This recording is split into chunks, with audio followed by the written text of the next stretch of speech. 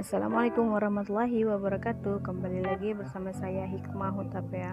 Kali ini saya akan menjelaskan materi tentang geomorfologi regional di Pulau Jawa, di mana judulnya ada letak luas dan batas Pulau Jawa, kondisi iklim, jenis tanah dan hidrologi, kemudian kondisi geologi dan fisiografis dan morfologis yang ada di Pulau Jawa.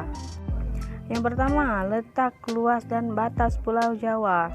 Di dalam peta, Pulau Jawa terletak di antara 113 derajat 40 menit 10 detik sampai 113 derajat 48 menit 28 detik bujur timur dan 70 derajat 50 menit 10 detik hingga 70 derajat 56 menit 41 detik lintang selatan.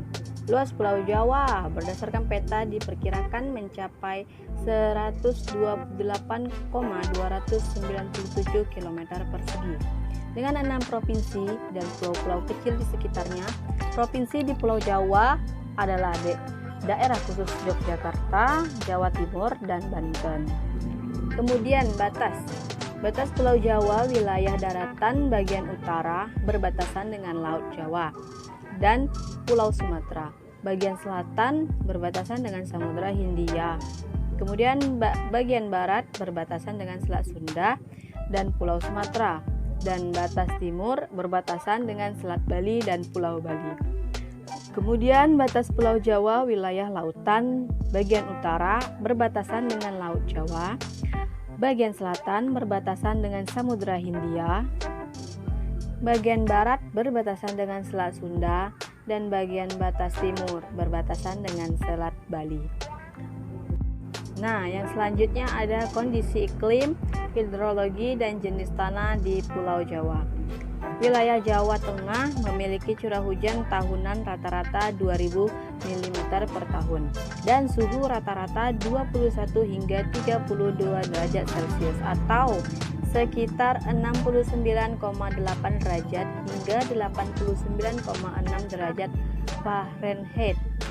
Daerah dengan curah hujan tinggi terutama berlokasi di Nusa Kambangan Pulau atau Selatan Jawa dan sepanjang Pegunungan Serayu. Daerah dengan curah hujan rendah dan sering kekeringan di musim kering, Blora dan daerah sekitarnya, serta di bagian selatan Wonogiri. Kemudian ada jenis tanah di daerah Pulau Jawa.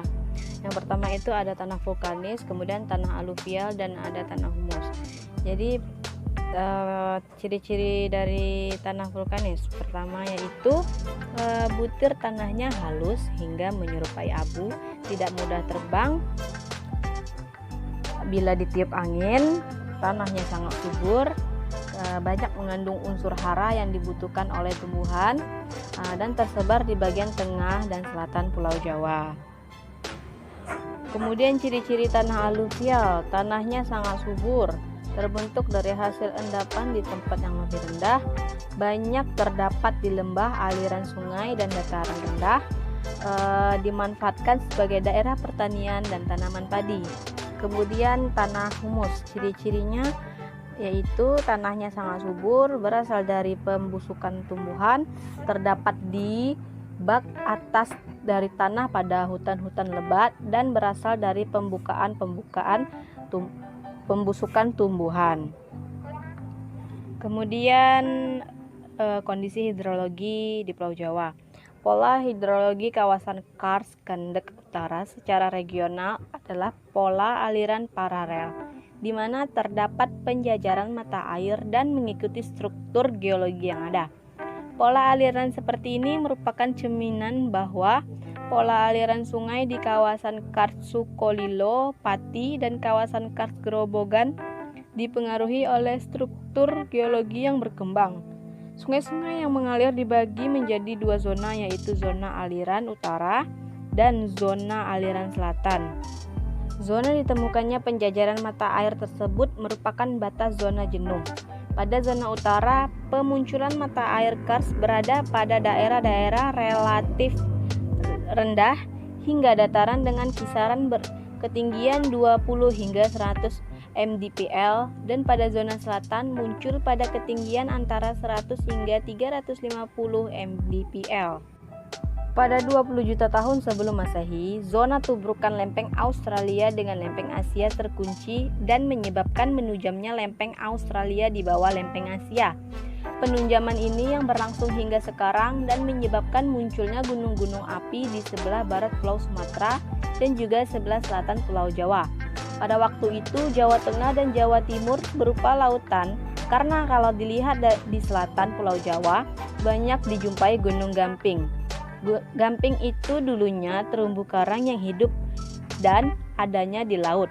Kalau sekarang contohnya ya Pulau Seribu, atau kalau yang besar yaitu Great Barrier di sebelah timur Australia. Pulau Jawa berada di tepi tenggara daratan Sunda atau Sundaland. Pada daratan Sunda ini terdapat dua sistem gerak lempeng. Lempeng Laut Cina Selatan di utara dan lempeng Samudra Hindia di selatan. Lempeng Laut Cina Selatan atau Eurasia bergerak ke tenggara sejak Oligosen, menurut Longley pada tahun 1997. Sedangkan lempeng Samudra Hindia yang berada di selatan bergerak ke utara sejak Mesozoikum dan menunjam ke bawah sistem busur kepulauan Sumatera dan Jawa, menurut Liu dan kawan-kawannya pada tahun 1983. Kemudian ada fisiografis dan morfologis Pulau Jawa. Yang pertama adalah fisiografis Pulau Jawa.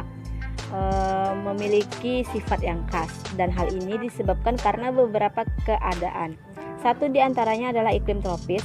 Di samping itu, ciri-ciri geografisnya disebabkan karena merupakan geosinklinal mudah dan jalur orogenesa dengan banyak vulkanisme.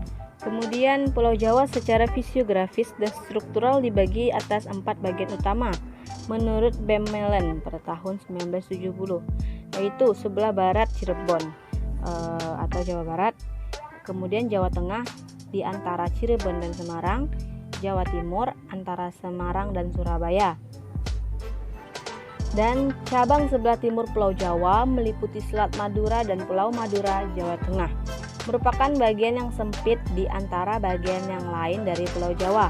Lebarnya antara arah utara hingga selatan sekitar 100 hingga 120 km.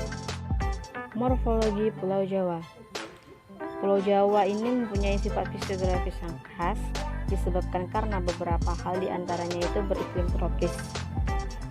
Kemudian perubahan dalam bagian tertentu yaitu sepanjang dan searah dengan panjangnya Pulau Jawa. Sifat relief yang disebabkan oleh iklim tropis sudah diketahui dan dipelajari di Indonesia. Curah hujan yang besar dan temperatur yang tinggi menyebabkan pelapukan yang cepat dan intensif, dan gejala yang mengikutinya adalah erosi vertikal. Perbedaan topografi yang disebabkan karena adanya perbedaan batuannya kurang nampak jelas bila dibandingkan dengan daerah iklim lain. Meskipun Pulau Jawa banyak terdapat lembah kecil dan mempunyai tebing curam. Akibatnya banyak hujan berarti banyak air yang harus dibuang, sehingga banyak terjadi dijumpai parit alam atau guli yang begitu rapat.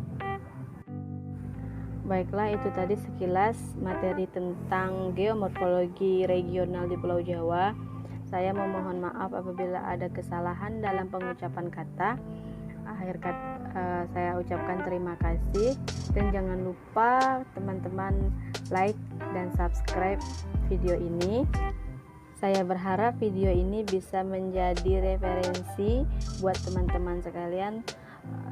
Terima kasih. Wassalamualaikum warahmatullahi wabarakatuh.